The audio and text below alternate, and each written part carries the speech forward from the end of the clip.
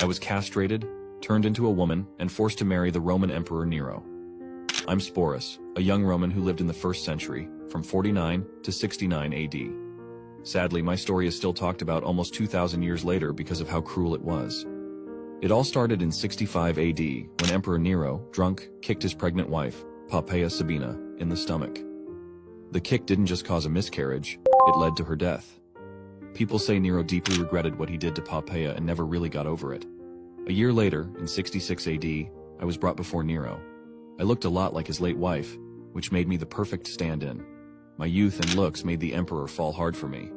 Nero forced me to marry him and made me the Empress of Rome. The only problem? I was a man. Back then, marriage between two men wasn't allowed. So, I was castrated and turned into a woman against my will just to fulfill the emperor's wishes.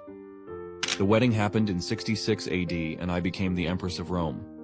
I had to wear women's clothes, act like a woman, and everyone had to call me the Empress. I became just another one of Nero's twisted creations. But my time as the Empress of Rome only lasted 2 years.